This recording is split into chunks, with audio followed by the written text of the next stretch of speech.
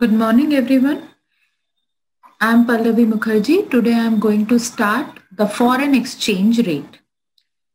So, what we understand by the foreign exchange? Exchange मतलब क्या होता है कि फेरबदल। तो जब हम फॉरेन करेंसीज की लेन देन करते हैं, फेरबदल करते हैं या एक्सचेंज करते हैं, तो हम किस बेसिस पे फॉरेन एक्सचेंज की खरीदारी और उसको हम कैसे बेच सकते हैं, राइट? तो उसके लिए एक रेट होना बहुत जरूरी है। सो अगर हम बात करें फॉरेन एक्सचेंज की, तो foreign exchange refers to the foreign currency. Foreign currency के थ्रू ही हम फॉरेन एक्सचेंज कर सकते हैं। जब तक हमारे पास फॉरेन करेंसी नहीं होगी, हम उसकी ट्रेडिंग नहीं कर सकते। ट्रेडिंग मतलब उसको खरीदना या बेचना।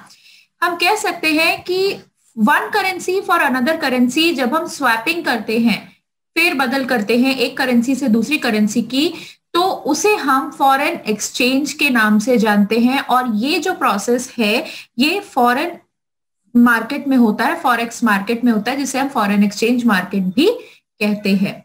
फॉरेन एक्सचेंज मार्केट में नेशनल करेंसीज को फॉरेन करेंसीज के साथ हम कन्वर्ट कर सकते हैं easily.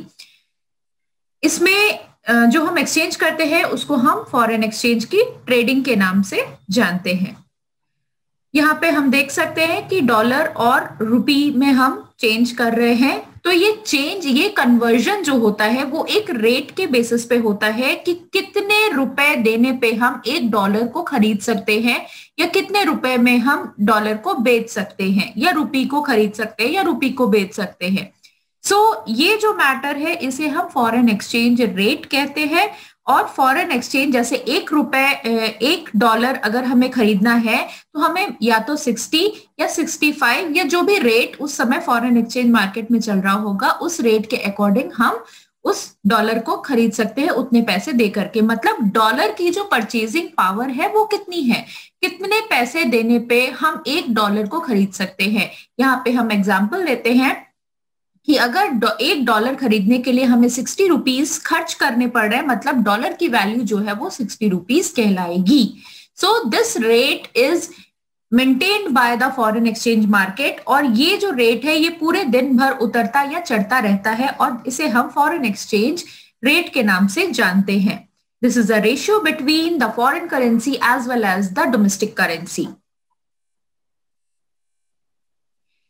If we talk about the functions of the foreign market, definitely there are three kinds of functions of the foreign market. There is a transaction function, there is a credit function, there is a hedging function.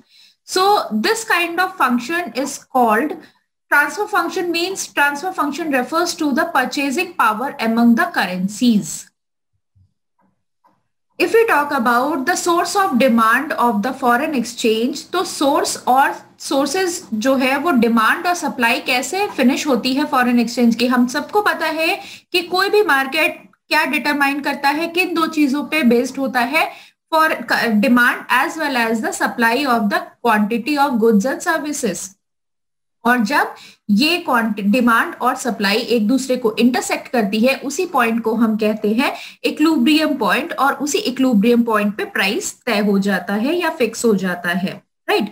So in this condition जब हमें foreign currency की demand कब होगी और किस समय हमें supply मिलेगी। डिमांड मतलब हमें फॉरेन करेंसी को आउटफ्लो करना है, outflow of the foreign currency हो रही है, it means that is a demand of the foreign currency. जब हमारे पास कहीं से फॉरेन करेंसी आ रही है, मतलब फॉरेन करेंसी का इनफ्लो हो रहा है, तो इसे हम कहेंगे inflow of the foreign currency या supply of the foreign currency. कैसे डिमांड और सप्लाई मीटअप होगी फॉरेन करेंसीज की? नीडेड टू बी, अगर हमें कुछ फॉरेन करेंसीज में पेमेंट करना है, हमने कुछ खरीदा है फॉरेन से और हमें पेमेंट करना है, मतलब फॉरेन करेंसी पे कर रहे हैं और उसका आउटफ्लो हो रहा है हमारी कंट्री से दूसरी कंट्री में, मतलब डिमांड हो रही है फॉरेन करेंसी की क्योंकि हमें पेमेंट करना है। अगर हम बात करें कि रिसिप्ट, कहीं से हमने कुछ फॉरेन में बेचा है और हमारे पास उससे फॉरेन करेंसी हमारी कंट्री में आ रही है, मतलब कि इनफ्लो हो रहा है फॉरेन करेंसी का, सप्लाई हो रही है। अगर हम गुड्स को इंपोर्ट करते हैं, गुड्स या सर्विसेज को, तो वो गुड्स और सर्विसेज के पेमेंट के लिए भी हमें फॉरेन करेंसी की डिमांड होगी। अगर हम गुड्स को एक्सपोर्ट करते हैं तो हमें पैसे मिलेंगे, फॉरेन करेंसी हमारे यहाँ आएगी, इनफ्लो होगा फॉरेन करेंसी का। टूरिज्म की अगर हम बात करें तो अगर टूरिज्म में कुछ एक्सपेंडिचर अगर हम करते हैं, बाहर जाकर के खर्च करते हैं टूरिज्म के नाम पे, तो हमें उसके लिए फॉरेन करेंसी को डिमांड होगी और हम उसमें फॉरेन करेंसी को पे करते हैं, आउटफ्लो होता है फॉरेन करेंसी का। अगर हम बात करें टूरिज्म में इंक्रीज ऑफ सप्लाई, सप्लाई कैसे होगी? जब वहां के लोग आकर के हमारे यहाँ पे चीजें खरीदेंगे, टूरिज्म के नाम पे खर्च करेंगे, तो वो फॉरेन करेंसी हमारी कंट्री में आएगी। इट मीन्स इनफ्लो और supply of the foreign currency बनेगी। यूनिलैटरल ट्रांसफर, यूनिलैटरल मतलब होता है कि ट्रांसफर्स लाइक गिफ्ट, चैरिटी, किसी भी तरीके का डोनेशन या हेल्प, इसको हम यूनिलैटरल ट्रांसफर्स कहते हैं। ये एक तरफा ट्रांसफर होता है, इससे कोई जनरेशन ऑफ इनकम नहीं होती है। अगर किसी को हमको भेजना है अब्रॉड में, कुछ पैसे भेजने या कुछ गिफ्ट भेजना है, डोनेशन भेजना है, मतलब फॉरेन करेंसी हमारे यहाँ से जा रही है, आउटफ्लो हो रहा है फॉरेन करेंसी का। यूनिलैटरल ट्रांसफर फ्रॉम अब्रॉड मतलब कोई हमें हेल्प कर रहा है, डोनेशन दे रहा है, गिफ्ट दे रहा है, चैरिटी दे रहा है, इट मीन्स कि फॉरेन करेंसी की सप्लाई हो रही है, हमारे यहाँ इनफ्लो हो रहा है फॉरेन करेंसी का। Purchase of asset in foreign countries, हमने कोई एसेट खरीदा है तो हमें पे करना होगा, मतलब फॉरेन करेंसीज की डिमांड है पेमेंट के लिए, आउटफ्लो होगा फॉरेन करेंसीज का। अगर हम बात करें यहाँ पे कि sale of assets of to the foreign countries, foreign countries में हमें कुछ बेचना है तो हम क्या करेंगे, हमारे पास बेचने के बाद पैसे आएंगे, मतलब इनफ्लो हो रहा है फॉरेन करेंसीज का। Repayment of loans to foreigners, हमने फॉरेनर्स से कुछ लोन लिया था, हमें उसको रीपे करना है, तो हमें फॉरेन करेंसीज चाहिए होंगी पेमेंट के लिए। अगर हमसे किसी ने बोरो किया है तो वो हमें फॉरेन करेंसीज, फॉरेनर जो है वो पेमेंट करेगा, मतलब कि फॉरेन एक्सचेंज का इनफ्लो होगा, सप्लाई होगी। स्पेकुलेशन में होता है जब फॉरेन करेंसी का रेट कम होता है, लोग उसको खरीद लेते हैं, और जब रेट ज्यादा होता है तो उसको बेच देते हैं, तो इसके लिए भी फॉरेन करेंसी की डिमांड और सप्लाई चाहिए होगी। If we talk about the demand curve of the foreign exchange, तो definitely demand curve जो होता है DD curve, that is slopes downward.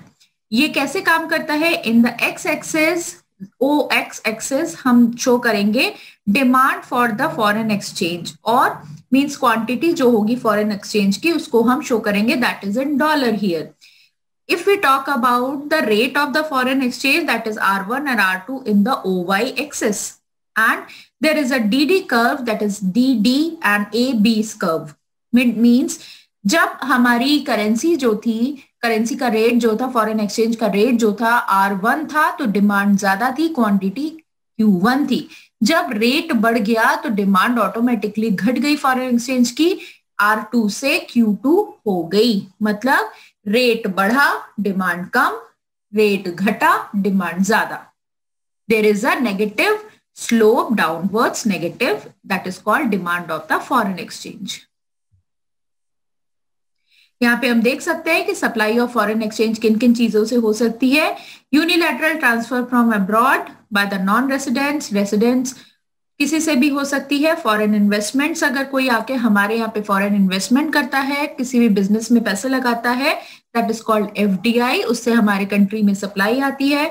Direct purchase by the foreign tourist, मैंने जो बताया कि टूरिज्म के थ्रू भी हमारे यहाँ पैसे आते हैं। कोई यूनिलैटरल ट्रांसफर कर रहा है फ्रॉम अब्रॉड से, कोई हमारे यहाँ गिफ्ट, डोनेशन कुछ भी ग्रांट कर रहा है, तो उसके लिए भी फॉरेन से पैसे आ रहे हैं, मतलब फॉरेन एक्सचेंज का सप्लाई हो रहा है हमारे यहाँ। Purchase of share bye the foreign investors, अगर कोई फॉरेन इन्वेस्टर्स है वो इंडिया में आकर के कुछ शेयर्स खरीदते हैं, तो वो क्या कर रहे हैं, वहां की पैसे यहाँ लगा रहे हैं, शेयर्स में लगा रहे हैं, मतलब फॉरेन एक्सचेंज की सप्लाई हो रही है। Export of goods and services, जब एक्सपोर्ट होता है गुड्स एंड सर्विसेज का तो हमें पैसे मिलते हैं, तो फॉरेन एक्सचेंज की सप्लाई हो रही है। So that's it for today. Thank you.